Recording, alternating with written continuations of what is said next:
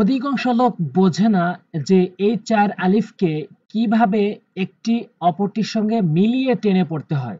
এটি ৯৫% লোক ভুল করে থাকে। তাই আজকের ভিডিওতে আমি স্পষ্ট করে বলবো যে এরকম মোটা চিহ্ন থাকলে এবং পরে তাসদীদ থাকলে কিভাবে টেনে পড়তে হয়।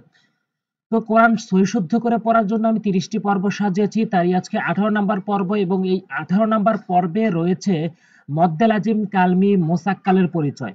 মদ্দে লাজিম, কালমি, মোসাক্কালের পরিচয় হচ্ছে উপরে এরকম মোটা চিহ্ন থাকবে। এই মোটা চিহ্নটি থাকবে মদের হরকত আর মদের হরফের উপরে। মদের হরকত তো আমরা জানি খারা জবর খারাজের উল্টো পেশ।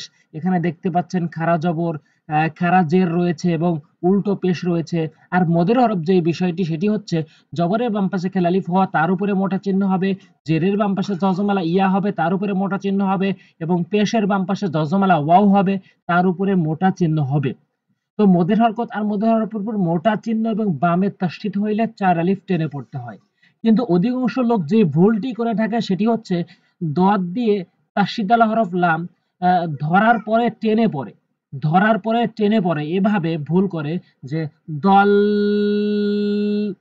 এটি সম্পূর্ণ ভুল।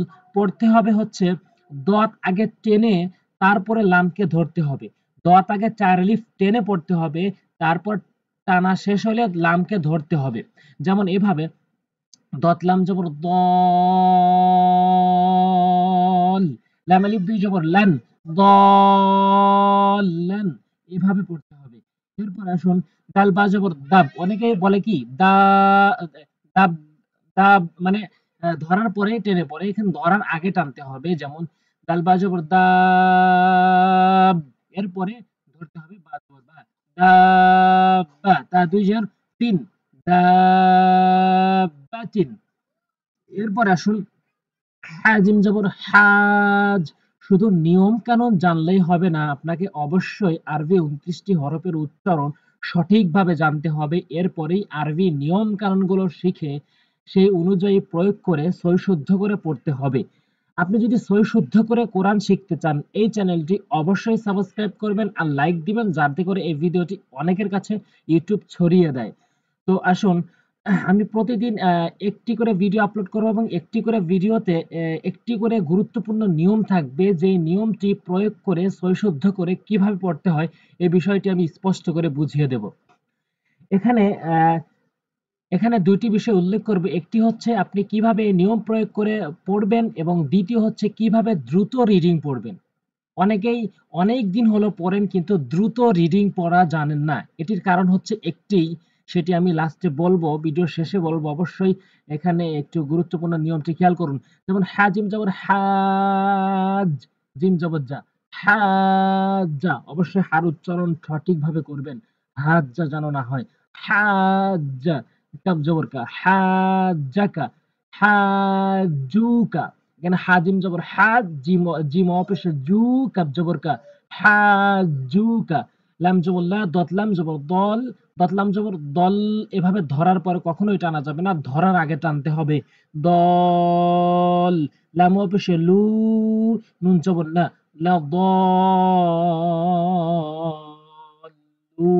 দলুনা, ওয়ালা الضالين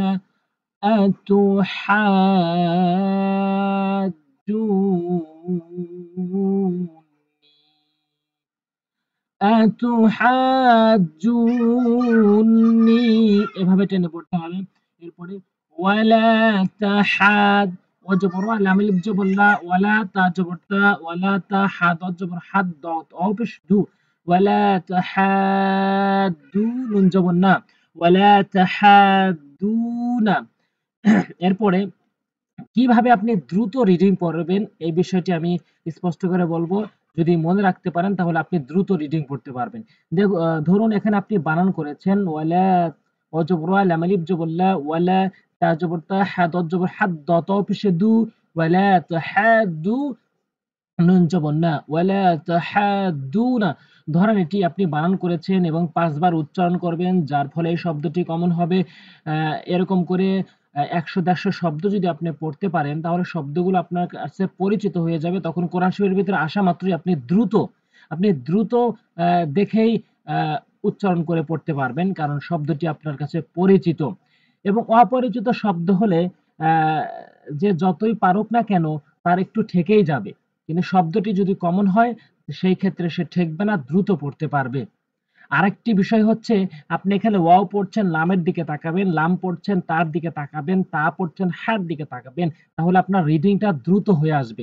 আজ এ পর্যন্ত। পরবর্তী ভিডিও পাওয়ার জন্য অবশ্যই সাবস্ক্রাইব করুন, কারণ পরবর্তী ভিডিওগুলো খুবই গুরুত্বপূর্ণ। আসসালামু আলাইকুম ওয়া রাহমাতুল্লাহ।